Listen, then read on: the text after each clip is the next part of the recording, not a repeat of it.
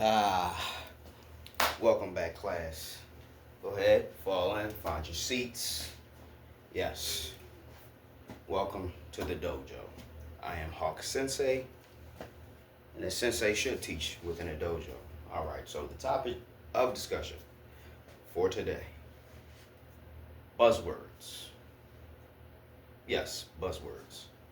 The reason why I'm talking about buzzwords today is because I'm tired of people using buzzwords and not knowing what they mean. So I'm going to help you guys out today.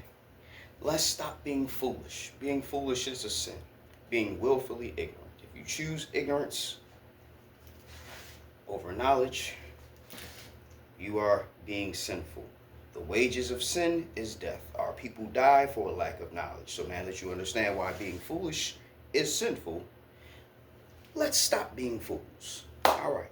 So the first buzzword that I want to tackle today, let me pull my computer closer.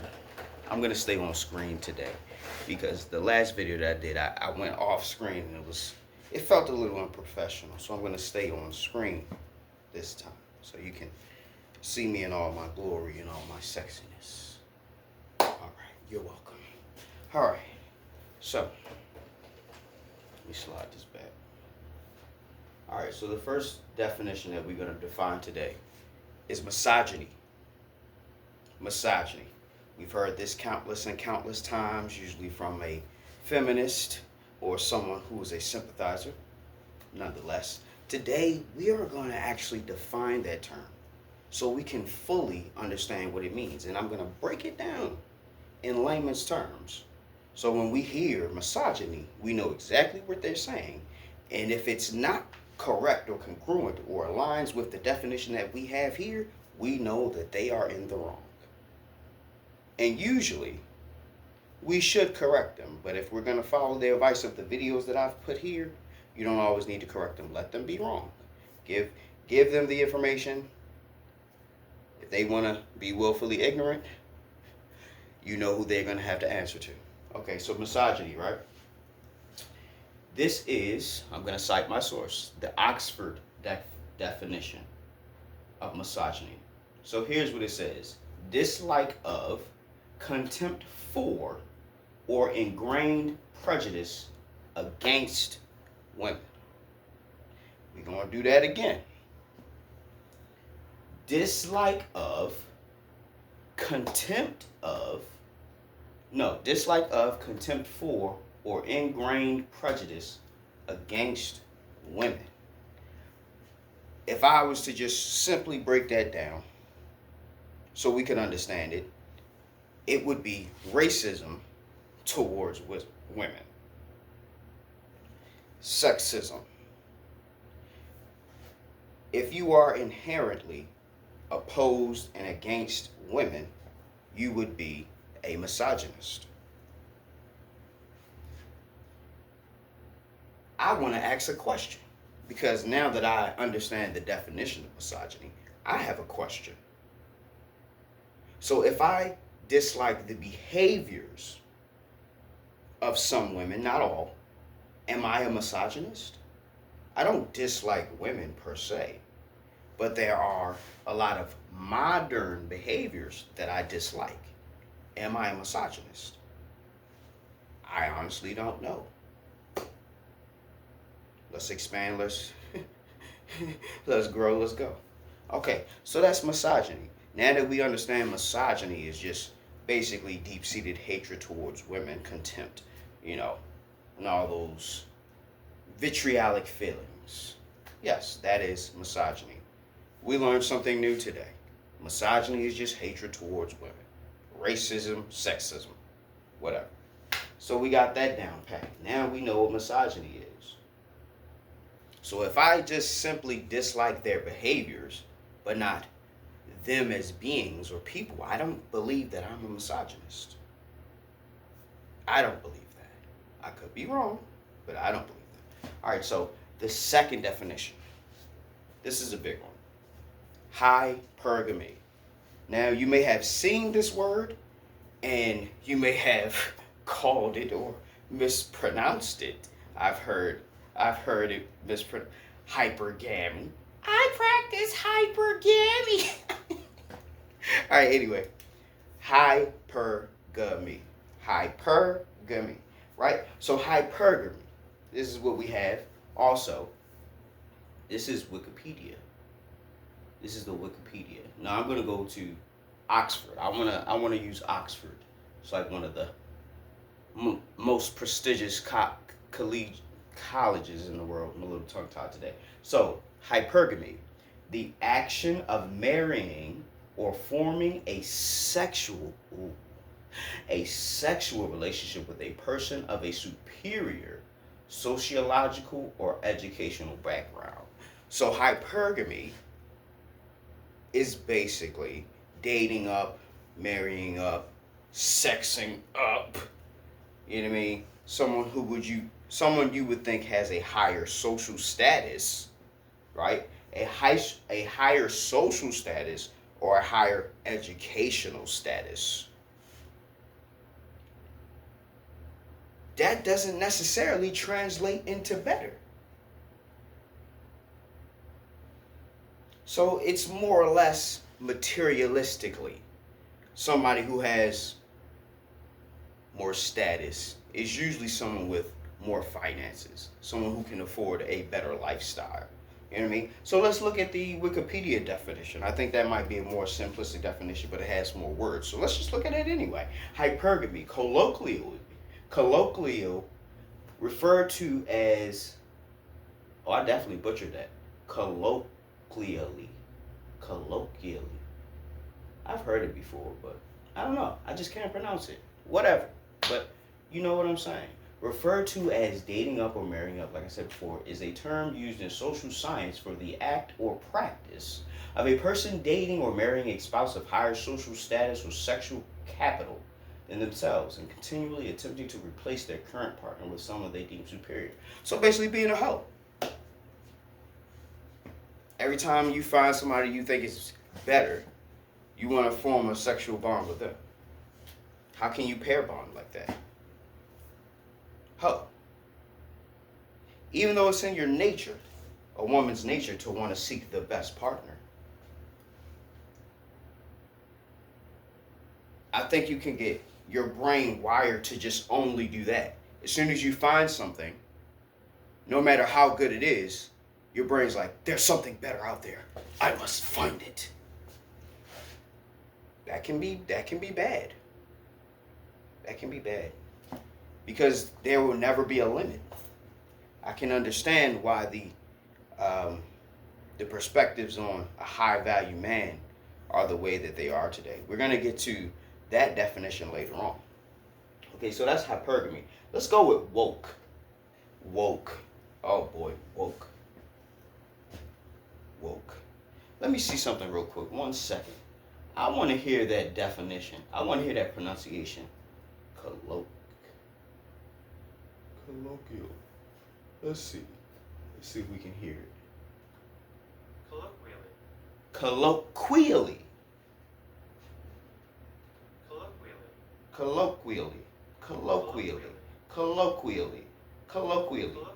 See, this is what you do when you're not sure or you don't know how to pronounce it correctly.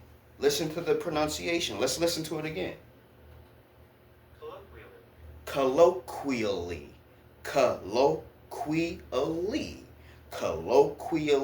We learned a new term, colloquially. And what that is, in the language of ordinary or familiar conversation, informal. Like how we talk on the street, slang, you know, when you around your buddies or at the barbershop or whatever. Colloquially. Okay, we got that. All right, so let's go back to woke. So woke, what I have here for Wikipedia, I'm going to give you the Wikipedia and the Oxford. So woke, the African American English synonym, something similar, for the general American English word awake, has since the 1930s or earlier been used to refer to the awareness of social and political issues affecting African Americans, often in the construction state. Well, okay. Let's see what Oxford say. Woke, past of wake. Okay, fair enough. Alert to and concerned about social injustice and discrimination. Okay. So they basically on the same thing. Right. My perspective on the word woke is really not woke. It is awoken or enlightened or awakened, right? Before you understand a lot of the things about the world, you're blind. You're asleep. You know what I mean? That's why they call it the American dream, because you gotta be asleep to believe it. George Carlin. All right, so look, right?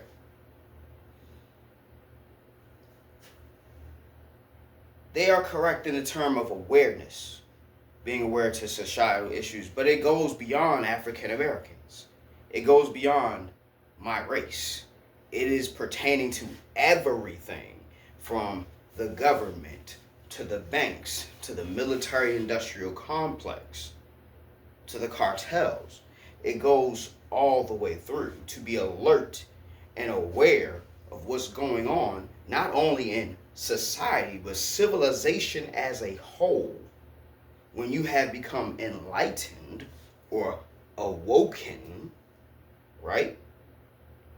You would say that. This buzzword woke, it just screams ignorance. It just screams ignorance. Right? I understand that there have been a lot of injustices done towards my people, but the fact of the matter is, wallowing in grief is not going to get us anywhere. Protesting, we've done it a million times, it doesn't get us anywhere. Let's awaken to the fact that nobody's coming to save us, we need to save ourselves. And it's going to be very difficult if we don't know how to get along. I'm going to leave that there. Wake up. All right, so Sigma. This term I've heard a lot. What the Sigma? Okay, so Sigma. Let's learn what Sigma is. Sigma. Let's see. So what we have here for Oxford, from Oxford, is Sigma. Plural noun, Sigma, Sigma, modifier noun, Sigma. The 18th letter of the Greek alphabet. It looks like a capital E almost, but not refined. Just so you know what I'm talking about. 18th star in a constellation. Something with 18. Grown man. Okay, anyway. Mathematical understanding. This is not it. But we have here, what does it mean to be a Sigma? Commonly regarded as the rarest type of male. A Sigma male is typically denoted as an archetype of a male who is similar to the alpha male. Unlike an alpha male, Sigma males are more introverted and seek to dominate themselves, in other words, self-mastery. So, you have attributes of the alpha, such as the leadership qualities, but it's more so they want to dominate themselves. They want to dominate their emotions. They want to dominate their weaknesses. They want to have total control over themselves. They don't want to be feral. They don't want to be savage. They don't want to be ruffians. They want to be refined men. A refined man. That's the best way to look at a Sigma male. He can be alpha, but he can also be greater than what you guys would consider an alpha. I'm not going to say he's better than. That's not what I'm saying. A Sigma is just different. It is similar, but different. It can have alpha qualities. But can an alpha also be a Sigma? I don't know. That's another discussion. Okay. The next term that I want to get to is promiscuous. Promiscuous. I've heard this word thrown around quite a bit. You know what I mean? And I think not everybody knows what it means. So I'm going to give you the Oxford and possibly Wikipedia definition. And then I'm going to follow it up with my own interpretation and perspective of what promiscuity means. All right, so here we go. This is the Oxford language definition. Adjective, promiscuous, having or characterized by many transient sexual relationships, sexually indiscriminate. Meaning, you ever heard the term, oh, I don't discriminate? Meaning, you don't care. Anybody could get it. Anybody could get it. Anybody could have it. Let's go. That's nasty. That's nasty. Sexually nasty, sexually deviant, demonstrating or implying an undiscriminating or unselective approach, indiscriminate or casual. Right? That's what promiscuity is. Basically, prostitution. Promiscuity, prostitution. Promiscuity, prostitution. It's kind of synonymous. It's like similar to the same thing. Only thing is, the prostitute is making money. That's just a slight upside, but it's still spiritually debilitating on both sides of the fence. Whether you get money from it or you're just getting pleasure, regardless. So, ladies, promiscuity, not telling you what to do. It's destroying you.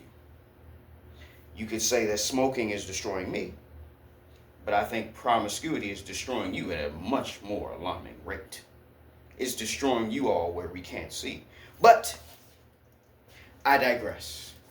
If you want to be promiscuous, do you. Promiscuous girl. Okay, so I got a good one for you. Right here, sassy. Now, when I looked this up, I was somewhat surprised. Sassy. Sassy. Right? You know how these girls like to call men sassy nowadays? I'm going to give you the definition of sassy. Okay? Sassy. All right. It says lively, bold, and full of spirit. Cheeky. Lively, bold, and full of spirit. Says nothing about feminine, says nothing about emasculated, says nothing about homosexual, says nothing about anything relating to men being less masculine. If anything, being bold is very masculine. Being lively is quite masculine. Cheeky, I'm not really sure. That's probably mischievous. I'm not sure. I don't know what the terminology of cheeky is. It's not a term that I use, so never really needed to know it. Just heard it in movies and TV shows here and there growing up. So, sassy, lively, bold. That's what it says. Lively, bold, and full of spirit. So, if a woman dares to call you sassy, just tell her you don't even know what sassy means. You don't even know what sassy means. And if these women actually knew what sassy means, I'm sure they would very quickly come up with a new terminology to define men not being congruent or parallel with what they wish. All right, so moving right along. I thought that was funny, sassy. All right, so last but not least, like I promised you, value. Now, I'm not even going to go to high value. I'm just going to say value. I just want to understand what is the definition of value. We all know what high is. That's what you are when, you know what I'm saying, you take some drugs or you take some prescription. You're high. Okay, that's one definition. But high could also be way up the ladder. High could be in the sky. High could be the measurement or increment of how hot something is. The temperature is high. You know what I mean? Or it could even just simply be me waving. That's the confusion that is the bastardized language that is English. There's so many different ways, or should I say, there's so many different meanings to the same word. Like left, they beat me up and left me for dead. I went to the store. On the way there, I missed my exit. So I had to make another left and double back. Right? Or you could say, I had 3 apples, I ate 2. How many do I have left? I had 3 apples, I ate 2. I have 1 left. All right, so value. Math is a good way to understand value. Anyway, the Oxford definition, it says the regard that something is held to deserve the importance, worth, or usefulness of something. I'll read that again. The regard that something is held to deserve the importance, worth, or usefulness of something. That's the first definition. Let's go for the second. A person's principles or standards of behavior, one's judgment of what is important in life. Value. Value. So just add the word high before that, and you're able to understand what high value is. High importance. High importance. Highly deserving. Right? If we're to believe this definition that Oxford blesses us with, right?